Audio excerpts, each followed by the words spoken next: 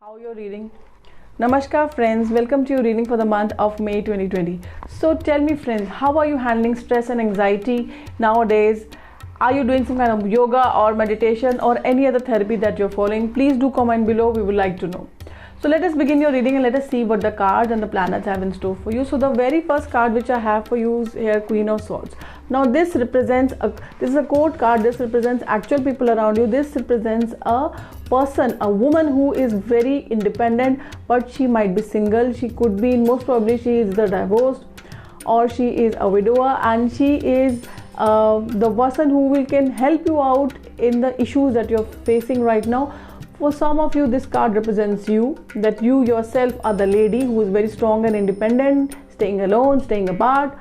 And for some of you, this card implies that you could be in for some alone time at this point of time instead of staying together. Of course, this is lockdown, quarantine, so this card definitely resonates. Now, the second week of May, we have Mars moving on from Capricorn into Aquarius. Now, what happened when Mars entered Capricorn on 22nd of March? Entire India went into lockdown, and it also happened in many parts of the world. So now when Mars is going to move out of Capricorn into Aquarius, we can definitely see an ease in lockdown happening. And then on 9th of May, we have Mercury, which is going to enter Taurus. Now, Taurus is a sign which is located in your 6th house. So your 6th house is going to be very active in the month of May. 6th house relates to debts, it relates to illness, it relates to enmity. So please take care. Do not share your personal secrets with everybody. Please do, especially in your office. Please take care among your competitors and take care of your health. Of course, this is the time which you need following all the sanitization modalities. And let us see the card which has come. The card which has come is the Death card. Now, this does not actually represent death. This is a very frightening card, but this does not represent actual death. This symbolizes end of one cycle and beginning of another.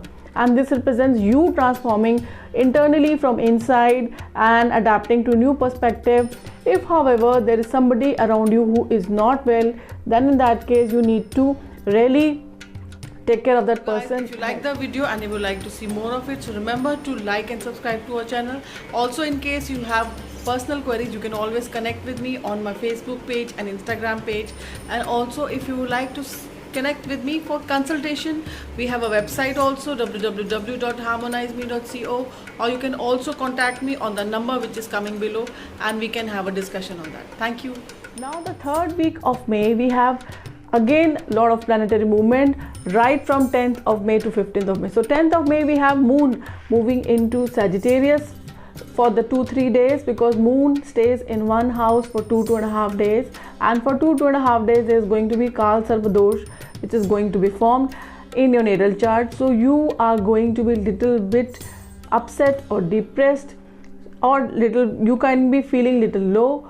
Please take care. Drink water in a silver glass. It will help soothe your mind. And then 11th of May, we have Saturn, the planet of justice, the karma. It is going retrograde. And then on 13th of May, we have Venus, the planet of love, also going retrograde. Now, curious thing with Venus going retrograde is that people from your past life, your lovers, your exes, can come back and try to meet you. Now, that's happening because maybe there is something you need to close out with them and you did not close it out nicely. So you need to close it out right now, because this is an opportunity which is going to come. And the curious thing with Venus going retrograde in Gemini is that you can have more than one exes come up in your life. So take care there, guys. Then on 14th of May, we have Sun, the life giver of the universe. It is going to move from Aries into Taurus, which is again your 6th house. So you need to take care there. And then 15th of May, we have the last of the trio of the planets, Jupiter, also going retrograde. So 3 planets are going retrograde: Saturn, Venus and Jupiter.